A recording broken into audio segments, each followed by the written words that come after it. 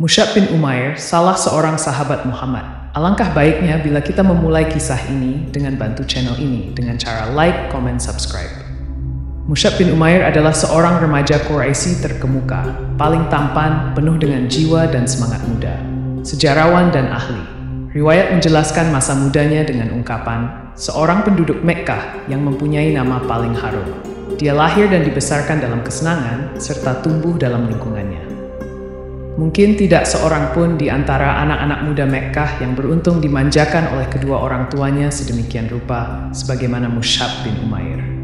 Mungkinkah anak muda yang serba kecukupan, biasa hidup mewah dan manja, menjadi buah bibir gadis-gadis Mekkah dan menjadi bintang di tempat-tempat pertemuan, akan berubah menjadi pelaku cerita tentang keimanan dan kepahlawanan? Demi Allah, kisah Mus'ab bin Umair atau yang dijuluki oleh kaum muslimin dengan sebutan Mus'ab yang baik adalah kisah yang penuh pesona. Ia merupakan salah satu di antara orang-orang yang ditempa oleh Islam dan dididik oleh Muhammad. Namun, bagaimana sosok sejatinya? Sungguh, kisah hidupnya merupakan suatu kehormatan bagi seluruh umat manusia.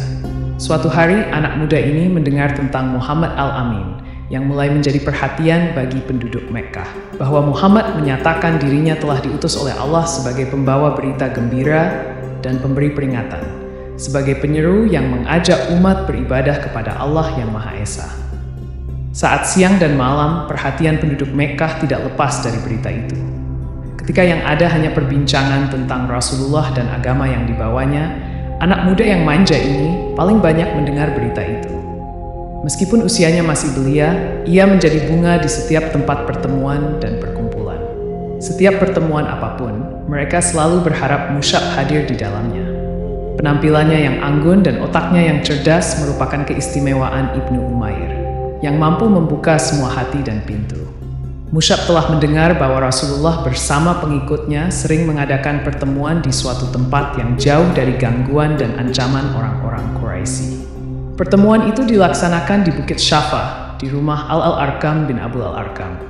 Tanpa berpikir panjang dan tanpa seorang pun yang menemani, pada suatu senja ia pergi ke rumah Al-Arkam. Kerinduan dan rasa penasaran telah mendorongnya melakukan itu. Di tempat itulah Rasulullah bertemu dengan para sahabatnya untuk membacakan ayat-ayat Al-Quran kepada mereka dan syalat bersama mereka menghadap kepada Allah yang Maha Tinggi lagi Maha Kuasa. Ketika Mus'ab baru saja duduk, ayat-ayat Al-Quran mulai mengalir dari kalbu Rasulullah, bergema melalui kedua bibir beliau, mengalir sampai ke telinga dan meresap ke dalam hati para pendengar. Di senja itu, hati Mus'ab telah berubah menjadi hati yang tunduk oleh ayat-ayat Al-Quran. Keharuan yang ia rasakan hampir-hampir saja membuat tubuhnya terangkat dari tempat duduknya. Seolah-olah terbang oleh perasaan gembira. Tetapi Rasulullah mengulurkan tangannya yang penuh kasih sayang dan mengurut dada pemuda yang sedang bergejolak itu. Tiba-tiba hatinya berubah tenang dan damai bagai lautan yang dalam. Pemuda yang baru saja masuk Islam dan beriman itu tampak telah memiliki hikmah yang luas dan berlipat ganda dari ukuran usianya. Mempunyai kepekatan hati yang mampu mengubah jalan sejarah. Ibunda Mus'ab, Khanas binti Malik, adalah sosok ibu yang memiliki kekuatan kepribadian yang cemerlang. Pesona pribadinya itu telah membuatnya disegani.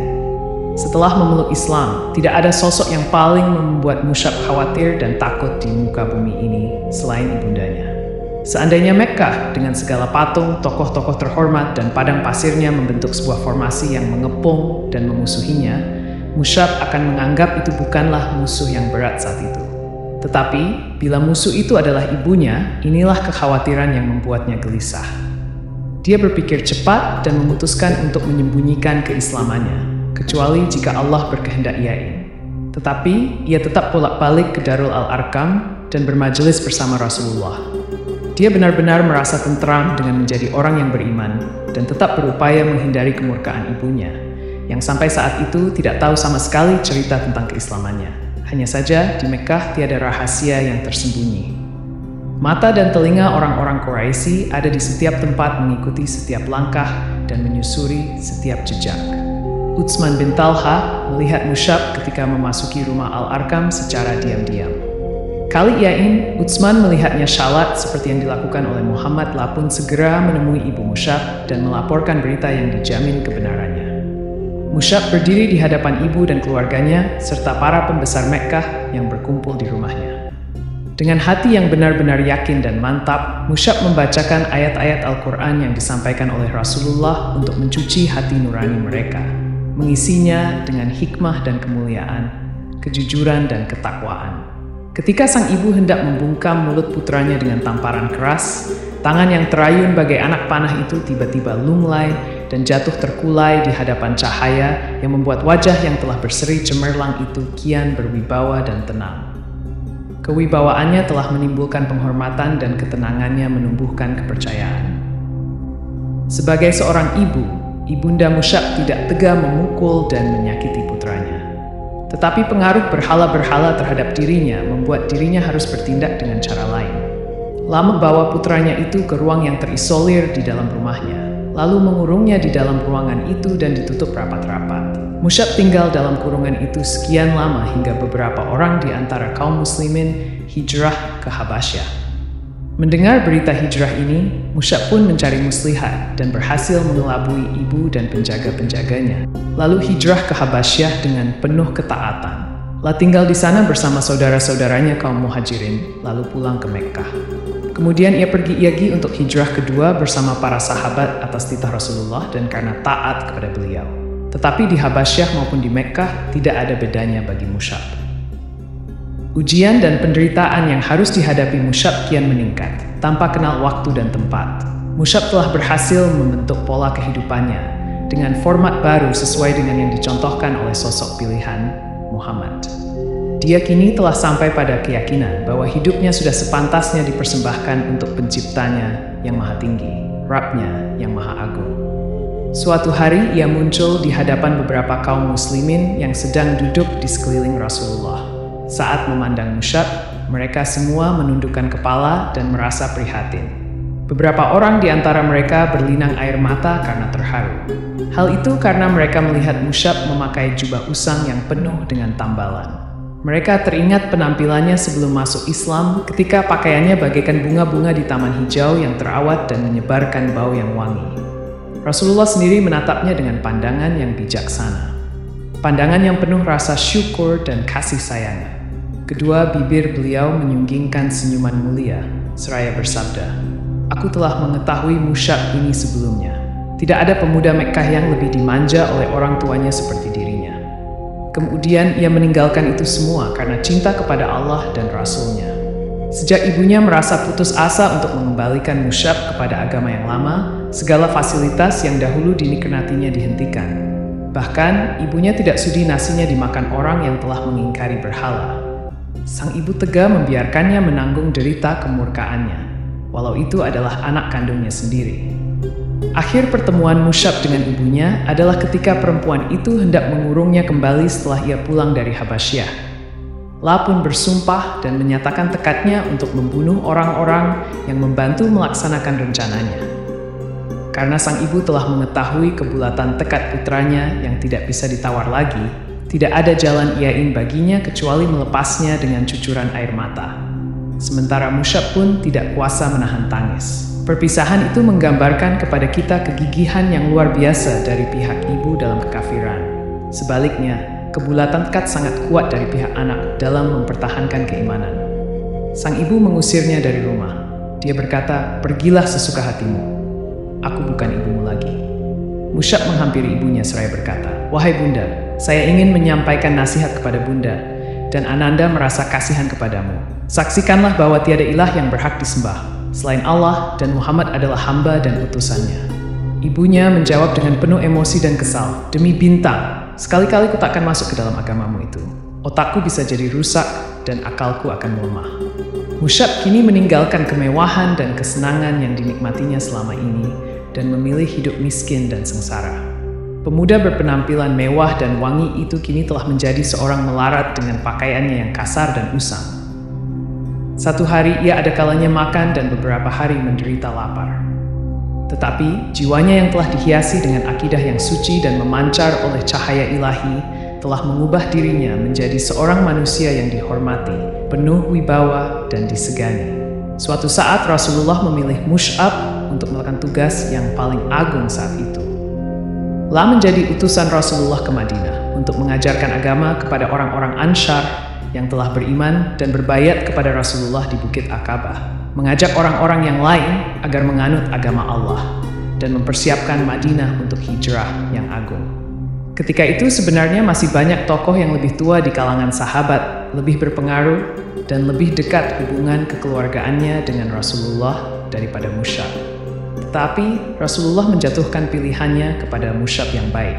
Beliau menyadari sepenuhnya bahwa beliau telah memikulkan tugas yang besar di pundak pemuda itu dan menyerahkan nasib agama Islam kepadanya di Madinah, yang tidak lama lagi akan menjadi Darul Hijrah, pusat para dai dan dakwah, dan markas para pengemban misi Islam dan prajurit perang.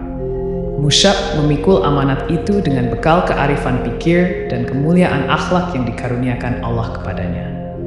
Kezuhudan, kejujuran, dan sungguhan hatinya telah berhasil melunakkan dan menawan hati penduduk Madinah hingga mereka berduyun-duyun masuk Islam. Pada saat awal tiba di Madinah, yang menganut agama Islam di sana hanya 12 orang yang telah berbayat di Bukit Aqabah. Tetapi beberapa bulan kemudian, banyak orang bersedia memenuhi panggilan Allah dan Rasul-Nya. Pada musim haji berikutnya, setelah tahun perjanjian Aqabah, kaum muslimin Madinah mengirim utusan yang mewakili mereka menemui Nabi. Jumlah mereka adalah 70 mukmin laki-laki dan perempuan. Mereka berangkat dipimpin oleh guru mereka, yang tidak lain adalah orang yang diutus oleh Nabi kepada mereka, yaitu Musyab yang baik. Dengan kesopanan dan kebaikan yang ditunjukkan, Musyab bin Umair telah menjadi bukti bahwa Rasulullah tahu bagaimana memilih orang yang tepat, telah memahami tugas dengan sepenuhnya, dan mampu menempatkan diri pada batas-batas yang telah ditetapkan. Telah sadar bahwa tugasnya adalah menyeru kepada agama Allah, menyampaikan berita gembira tentang agamanya, yang mengajak manusia menuju hidayah Allah, membimbing mereka ke jalan yang lurus. Tugasnya hanyalah menyampaikan agama Allah seperti tugas Rasulullah yang diimaninya.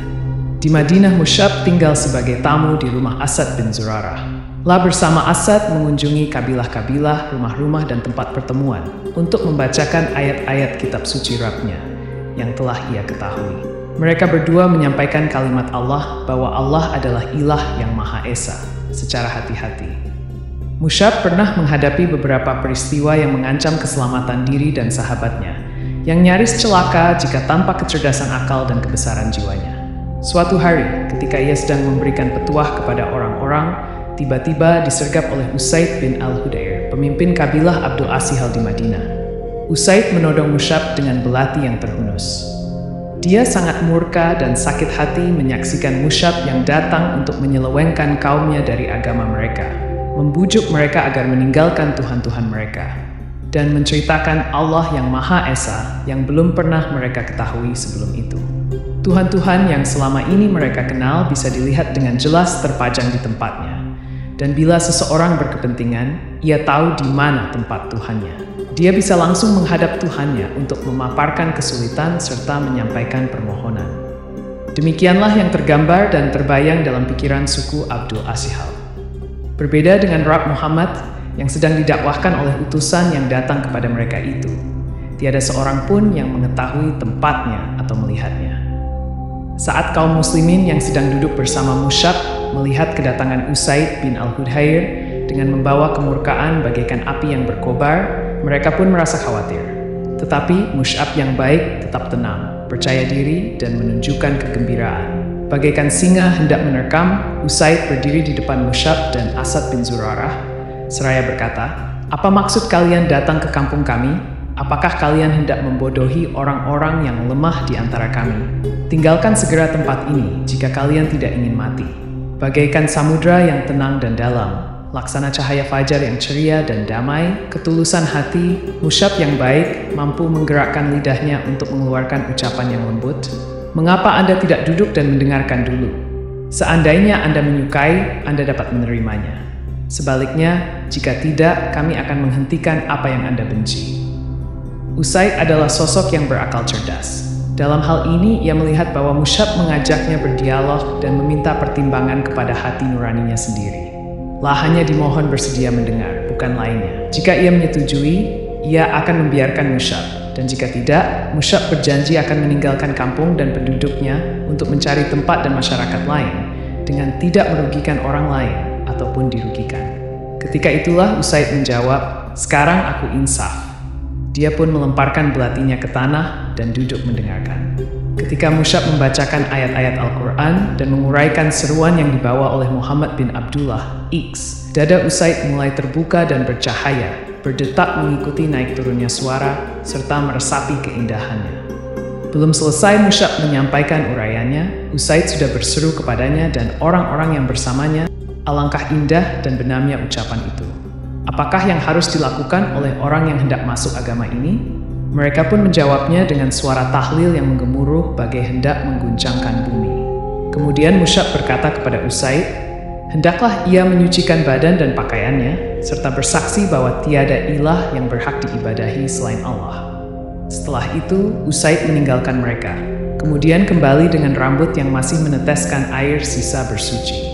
Lalu berdiri sambil menyatakan pengakuannya bahwa tiada ilah yang berhak diibadahi selain Allah dan bahwa Muhammad itu utusan Allah. Berita keislaman Usaid pun cepat tersebar bagai cahaya. Keislamannya disusul oleh kehadiran Sa'ad bin Mu'adz. Setelah mendengar uraian Musyab, Sa'ad pun merasa puas dan masuk Islam. Langkah ini disusul oleh Sa'ad bin Ubadah. Dengan keislaman mereka bertiga, maka selesailah sudah persoalan dengan berbagai suku di Madinah. Warga Madinah saling berdatangan dan bertanya-tanya antara sesama mereka. Jika Usaid bin Al-Hudhair, Sa'ad bin Ubadah, dan Sa'ad bin Mu'adz telah masuk Islam, apalagi yang kita tunggu? Ayolah kita pergi kepada Musyab dan beriman bersamanya. Kata orang, kebenaran itu terpancar dari celah-celah giginya. Demikianlah, duta Rasulullah yang pertama telah mencapai hasil gemilang. Keberhasilan yang memang wajar dan pantas diraih oleh Musyab. Hari berganti hari dan tahun demi tahun terus berjalan hingga tiba waktu Rasulullah bersama para sahabat beliau hijrah ke Madinah. Orang-orang Quraisy semakin terbakar oleh dendam. Mereka menyiapkan segala yang diperlukan untuk melanjutkan tindak kezaliman terhadap hamba-hamba Allah yang saleh. Perang Badar meletus dan kaum Quraisy pun harus menelan pil pahit yang menghabiskan sisa-sisa pikiran sehat mereka, hingga mereka berusaha untuk menuntut balas. Setelah itu perang Uhud menjelang, dan kaum muslimin pun bersiap-siap mengatur barisan. Rasulullah berdiri di tengah barisan itu, menatap setiap wajah orang beriman, untuk memilih siapa di antara mereka yang berhak membawa bendera perang. Beliau pun memanggil Musyab yang baik, dan akhirnya ia tampil sebagai pembawa panji perang kaum muslimin. Peperangan berkobar dan berkecamuk dengan sengitnya. Namun sayang, pasukan pemanah melanggar perintah Rasulullah. Mereka meninggalkan posisinya di puncak bukit setelah melihat orang-orang musyrik mundur dan menderita kekalahan. Perbuatan mereka itu secepatnya mengubah suasana, hingga kemenangan kaum muslimin beralih menjadi kekalahan. Pasukan kaum muslimin dikagetkan oleh serangan balik pasukan berkuda Quraisy yang menyatroni mereka dari puncak bukit. Mereka diserang saat dalam keadaan lengah dengan pedang-pedang yang haus darah dan mengamuk bagai orang gila. Ketika musuh melihat barisan kaum muslimin porak-poranda, mereka pun mengalihkan serangan ke arah Rasulullah untuk membunuh beliau. Musyab bin Umair menyadari ancaman yang berbahaya tersebut. Dia pun mengangkat panji perang setinggi-tingginya dan bagaikan raungan singa, ia bertakbir sekeras-kerasnya. Ia berjalan ke depan, melompat, mengelak dan berputar lalu menerkam.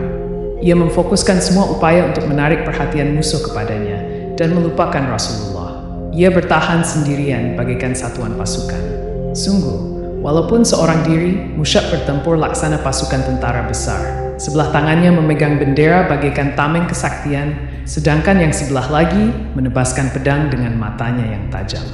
Tetapi, musuh kian bertambah banyak. Mereka hendak menyeberang dengan menginjaknya tubuhnya untuk mencapai posisi Rasulullah. Sekarang marilah kita perhatikan saksi mata yang akan menceritakan saat-saat terakhir dalam kehidupan Musyab bin Umair. Ibnu Sa'ad menuturkan, Ibrahim bin Muhammad bin Syurahbil Ai Abdari menceritakan kepada kami dari ayahnya yang berkata, Musyab bin Umair adalah pembawa bendera di perang Uhud. Tatkala barisan kaum muslimin kocar-kacir, Musyab tetap bertahan pada posisinya. Ibnu Kamiyah datang berkuda, lalu menebas tangan kanannya hingga putus. Musyab mengucapkan, Muhammad itu tiada lain hanyalah seorang utusan yang sebelumnya telah didahului oleh beberapa utusan. Kini ia memegang bendera dengan tangan kirinya sambil membungkuk melindunginya. Musuh pun menebas tangan kirinya itu hingga putus pula. Musyab membungkuk ke arah bendera, lalu dengan kedua pangkal lengan, ia mendekap bendera ke dada sambil mengucapkan, Muhammad itu tiada lain hanyalah seorang utusan, dan sebelumnya telah didahului oleh beberapa utusan. Musuh menyerangnya kembali dengan tombak, dan menusukkannya hingga patah. Musyab akhirnya gugur, dan bendera perang pun jatuh. Musyab gugur, dan panji perang jatuh. Gugur sebagai bintang dan mahkota para syuhada. Hal itu dialaminya setelah mengarungi kancah pengorbanan dan keimanan dengan keberanian yang luar biasa. Saat itu Musyab yakin bahwa sekiranya ia gugur, tentu jalan para pembunuh akan terbuka lebar menuju Rasulullah tanpa ada pembela yang akan melindungi beliau. Karena cintanya yang tiada, terbatas kepada Rasulullah, dan cemas memikirkan nasib beliau bila seandainya ia gugur, maka setiap sabetan pedang menebas tangannya. Ia mengucapkan, Muhammad itu tiada lain hanyalah seorang utusan, dan sebelumnya telah didahului oleh beberapa utusan. Kalimat yang kemudian dikukuhkan sebagai wahyu ini selalu diulang dan dibaca sampai selesai, hingga akhirnya menjadi ayat Al-Quran yang selalu dibaca orang. Setelah pertempuran sengit itu selesai, jasad pahlawan ulung yang syahid itu ditemukan dalam keadaan terbaring dengan wajah menelungkup ke tanah digenangi oleh darahnya yang mulia. Rasulullah bersabda, sungguh Rasulullah akan menjadi saksi pada hari kiamat nanti bahwa kalian semua adalah syuhada di sisi Allah. Kemudian beliau berpaling ke arah sahabat yang masih hidup dan bersabda, wahai manusia, berziarahlah dan berkunjunglah kepada mereka. Ucapkanlah salam untuk mereka. Demi zat yang jiwaku di tangannya, tiada seorang muslim pun yang mengucapkan salam kepada mereka sampai hari kiamat, kecuali mereka pasti membalas salamnya. Semoga keselamatan dilimpahkan kepadamu, wahai Musyab. Semoga keselamatan dilimpahkan kepada kalian, wahai para syuhada. Semoga keselamatan, kerahmatan, dan keberkahan dilimpahkan kepada kalian semua.